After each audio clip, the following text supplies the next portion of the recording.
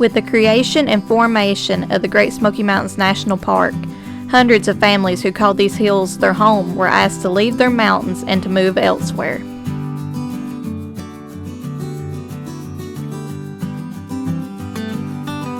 Some went willingly, while others fought against it, but families had to move despite everything. Only a few were allowed to live out the rest of their life inside of the park.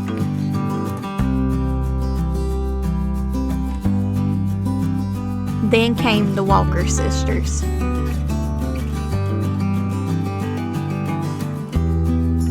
The Walker sisters were born to a man by the name of John N. Walker and his wife Margaret Jane King, whom he married when he returned from the Civil War in 1866.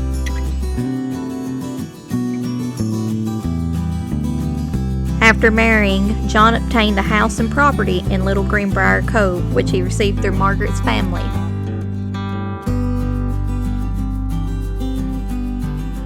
He later expanded his land by buying out Margaret's brothers and sisters' land.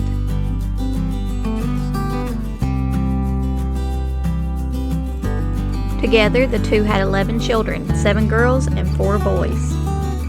All the children survived into adulthood, which was a rare event during these times as there was not much medical care.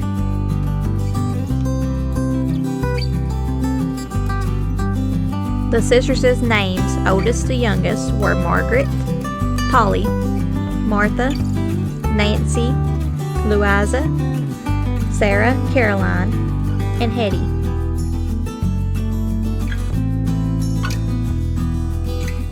The girls' father, John Walker, and his son James Thomas helped build a small log schoolhouse at the center of the then growing Little Greenbrier community.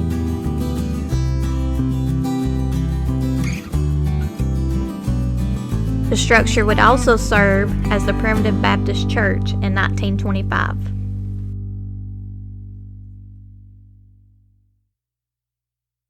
The Walker boys left home or married, while only one of the 7 sisters got married, and that was Sarah Caroline.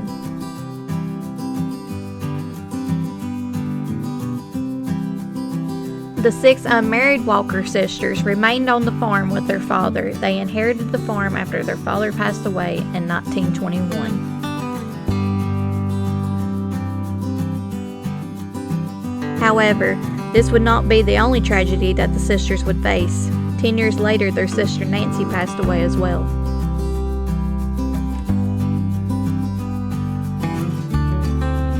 After this, the 5 remaining Walker sisters began trying to establish and begin their life on the farm.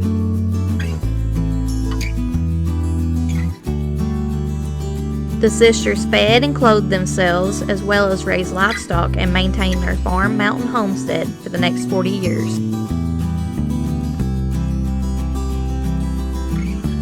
A normal meat served at the Walker house was almost always pork, and the vegetable served was corn.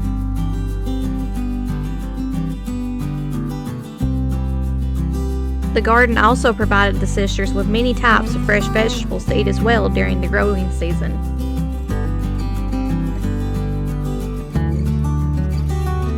In the winter months, ham, bacon, and salt pork were stored and cured inside of the farm's smokehouse.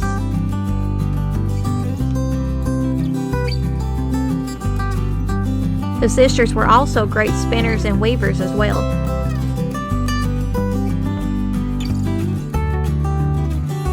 Wool from their sheep was washed, carded, and spun using a spinning wheel.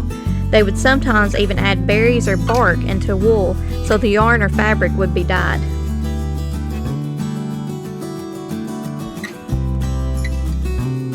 Following in their mom's footsteps, the sisters also kept an herbal garden planted as well for the mountain remedies. Some of the plants included horseradish, boneset, and peppermint for healing teas.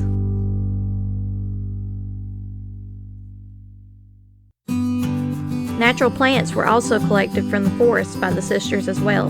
The Walker sisters was once recalled saying, "Our land produces everything we need except sugar, soda, coffee, and salt."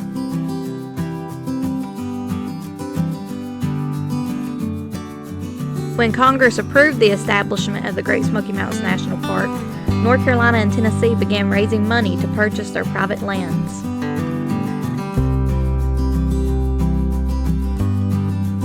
The Walker sisters stayed strong, though, and refused to do anything until 1940 when Franklin Delano Roosevelt officially dedicated the park from Newfound Gap.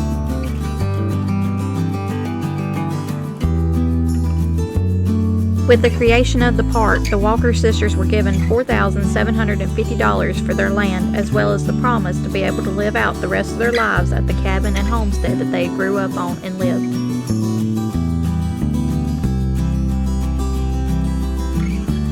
When the park opened, a new lifestyle for the sisters appeared. The sisters were no longer allowed to hunt, fish, cut wood, or raise livestock no more on their property, as this was now owned by the National Park Service.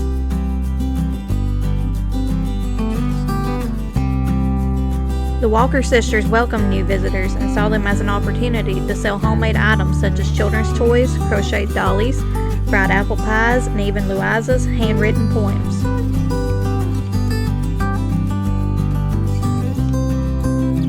The sisters went on to live the rest of their lives out at the homestead.